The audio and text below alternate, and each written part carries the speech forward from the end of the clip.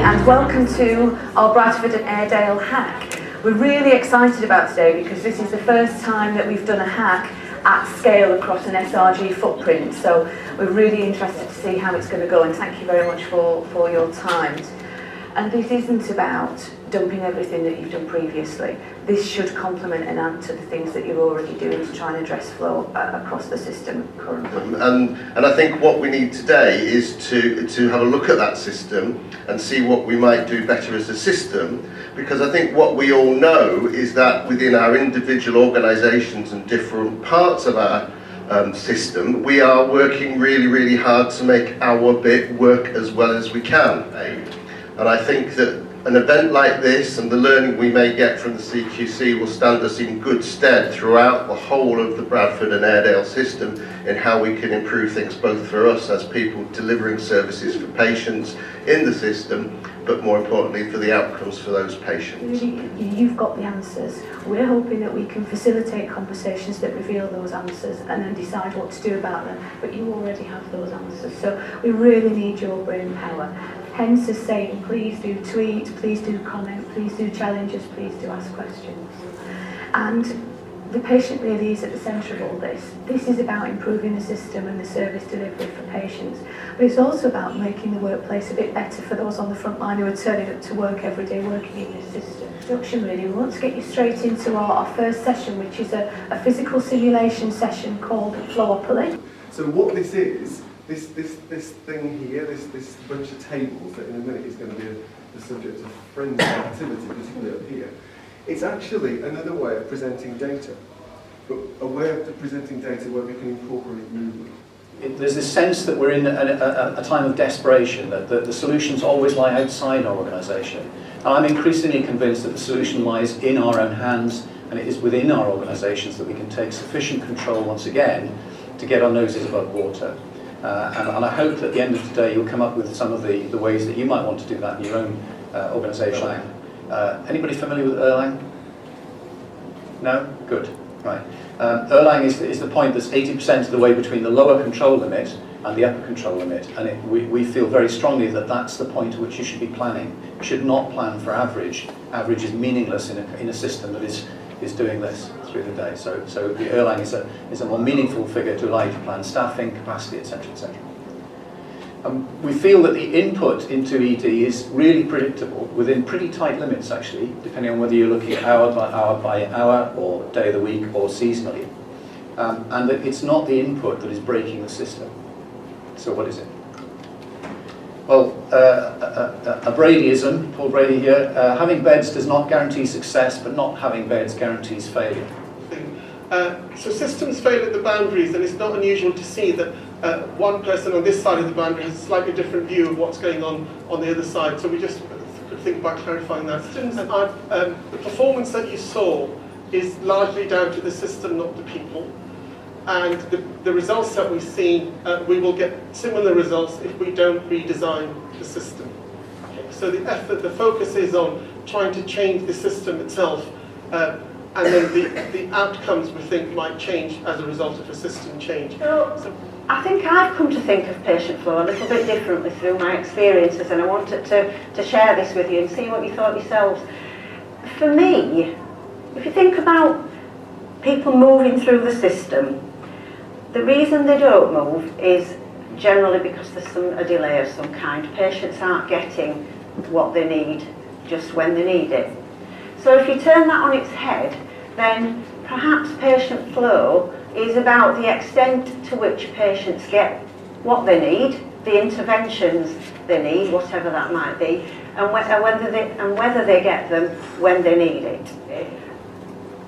What I've come to think is that this is actually quite clearly a measure of safety and quality, because we're talking about the interventions that people need in order to get their care episode finished.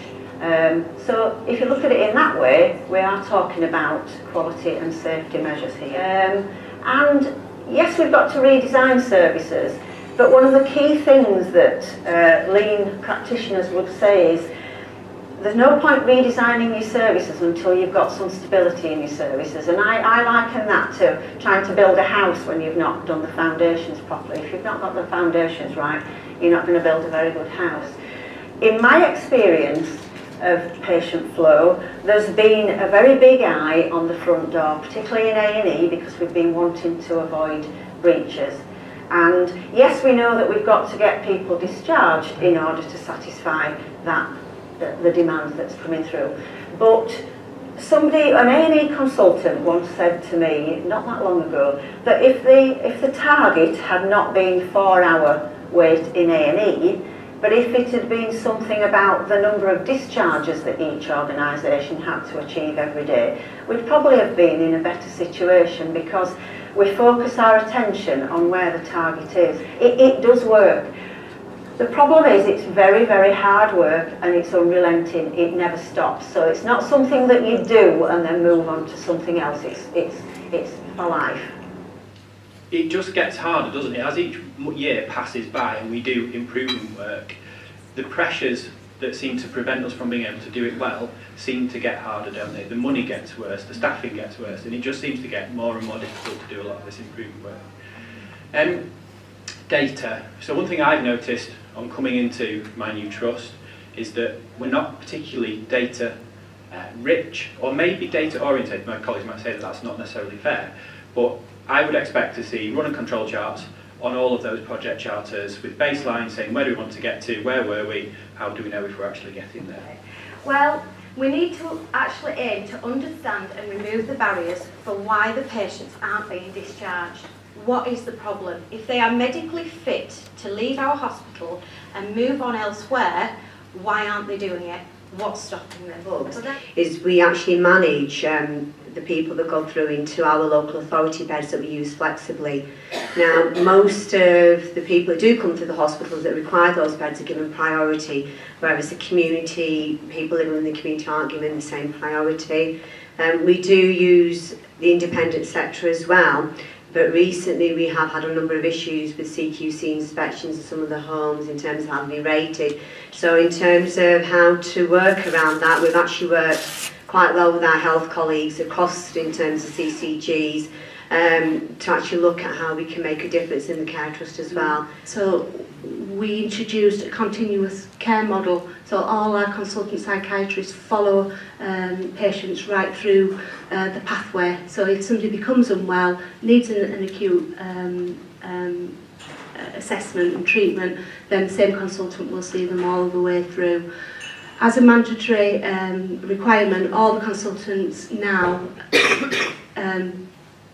communicate their discharge date, so we work in a multidisciplinary way. So on admission there is a discharge date. That discharge date's tracked through on a daily basis. As Mohammed said before lunch, the focus of this afternoon is really now to start thinking about so what then. So having defined the problem, having explored some of the challenges, what are we going to do about it as a system?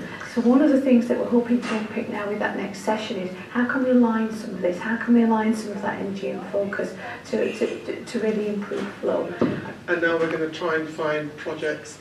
So look, a disaster for me and for you, I think, today would be if we don't actually achieve something which results in us trying to do something different. And you're going to work on two problems. We're not saying other problems are not important, we're not saying other things don't matter, but we think that provides sufficient focus, at least, where we might actually leverage some improvement. The two problem areas that we're looking at is patients who stay long in our hospitals, so for pragmatic purposes we're defining them as 28-day stay patients.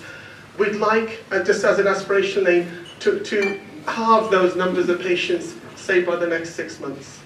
Okay, so that's one mission aim. Halve the number of 28 days in your hospital in the next 6 months. So that's one project. And the second project, I'm going to call it bringing the discharge curve earlier, but level discharging is a much better way to think about it. So we get the TTOs written up the day before.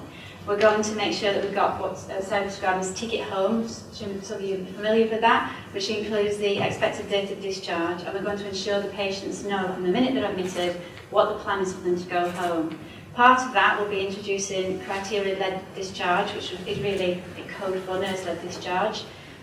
We then wanted to have an integrated care pathway that would involve various different initiatives, which would involve a multidisciplinary team meeting as soon as possible when we realised there was going to be a long length of stay.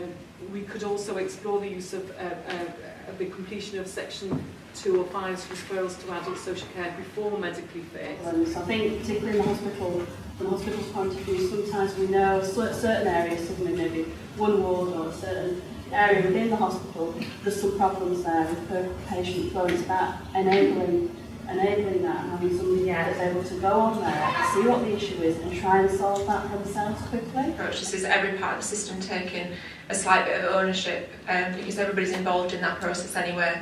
And by these patients being in an intermediate care solution, and we'll call it a solution because we're not sure whether that's a physical or a virtual, is that they are in the right place to have that assessment. But just to say, having come together as a system, we actually keep cited and we take this forward as a system, so that we've sort of then we hold each other to account at a fairly high level and in a nice way, that we actually commit to take these plans forward.